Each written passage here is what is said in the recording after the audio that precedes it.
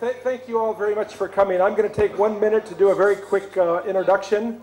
There'll be plenty of times for pictures, but we also want a couple quick remarks. My name is Jonathan Addleton. I recently arrived as the new USAID Mission Director, and it's a real honor to introduce the people here and to set up this press briefing. Basically, the way it will be organized, Ambassador Verma will say a couple quick remarks, then Mr. Bachchan, then Mr. Tata, and then Dr. Prasad. Again, it's a briefing, it'll be relatively brief, 15 minutes, but thank you all for coming, and again, it's my honor to turn it over to Ambassador Verma.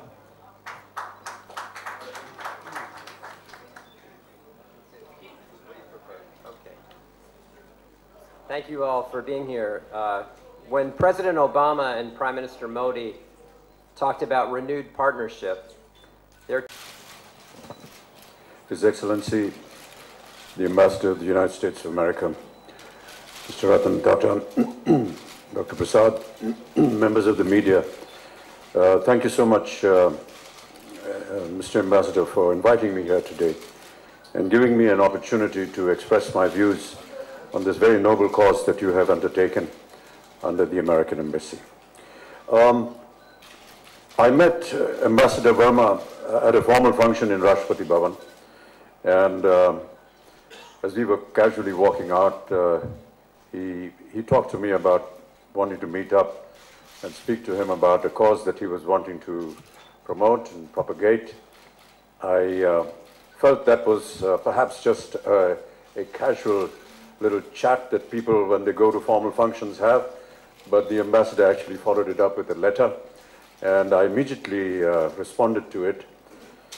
The details of what the ambassador was wanting was closely connected to me. I had already worked on tuberculosis in the city of Mumbai for the Municipal Corporation of Greater Mumbai.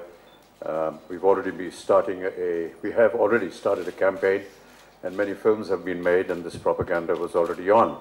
So when he talked about tuberculosis, I felt just morally, socially, individually attached to it. I think during the time when we launched that campaign, I spoke to the media and told them that I myself was a sufferer of tuberculosis in the year 2000. It was an accident. But the fact is that I did undergo a certain course of action during that period of time. It took about a year, and it's a heavy dosage of tablets and medication. But the fact is that I stand here before you cured of tuberculosis, and perhaps as an example to many others who are perhaps going to be hopefully not inflicted by this disease, but to tell them that, you know, if I may, as I just said, be a little immodest, if it could happen to me, it could happen to anybody.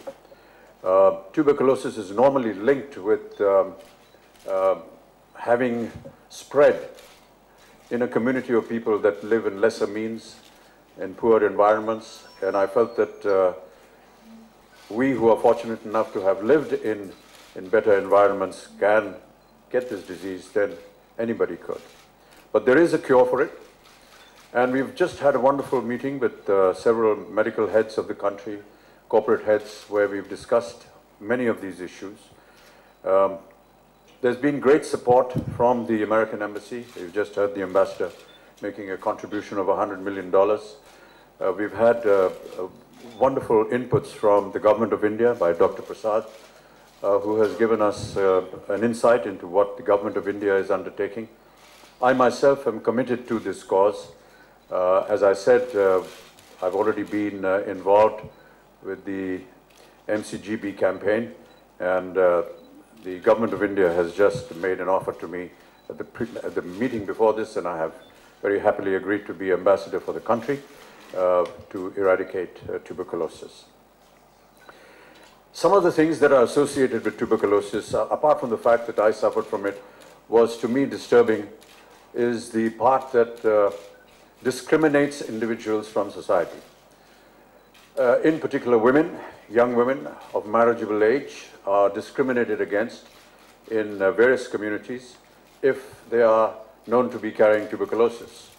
Marriage proposals go wrong, and if you're already married and you know, unfortunately get afflicted by tuberculosis, then you are kind of almost thrown out of the house. Apart from the many other problems that Indian women face in marriages, this to me seemed an even worse example of what Indian women have to go through. And I feel that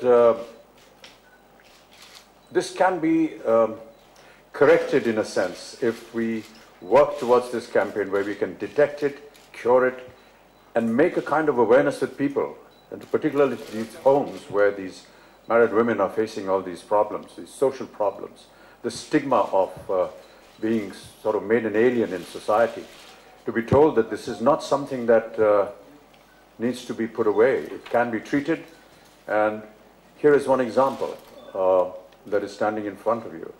And through our campaigns, if we can destroy this myth that women or people who are inflicted with this unfortunate disease are almost treated like barriers in society, that's wrong. That should not happen. And therefore, there is a lot of meaning behind this cause, and I feel very obliged to the American Embassy for taking this up.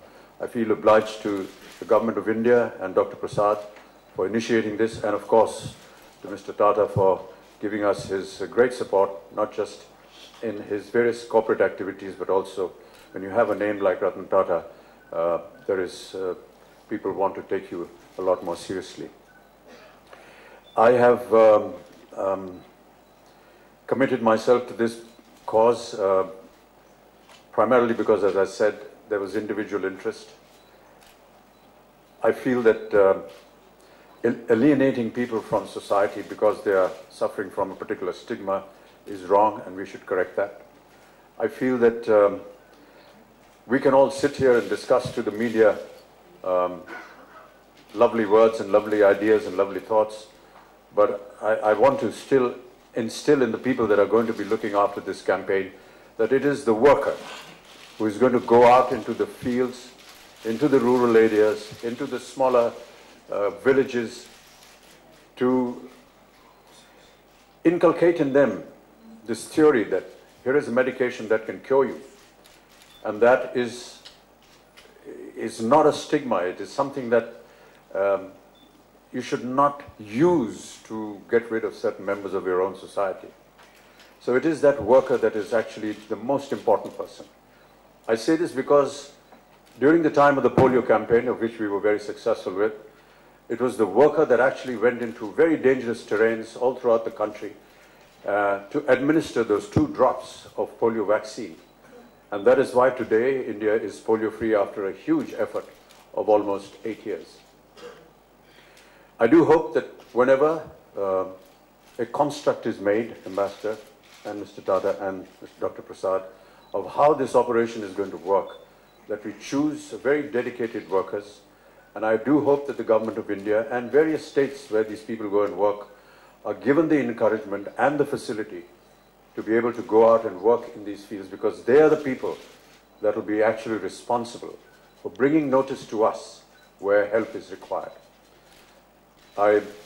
As I said, I am now committed to this cause, and wherever the Government of India or this group through USAID and the Union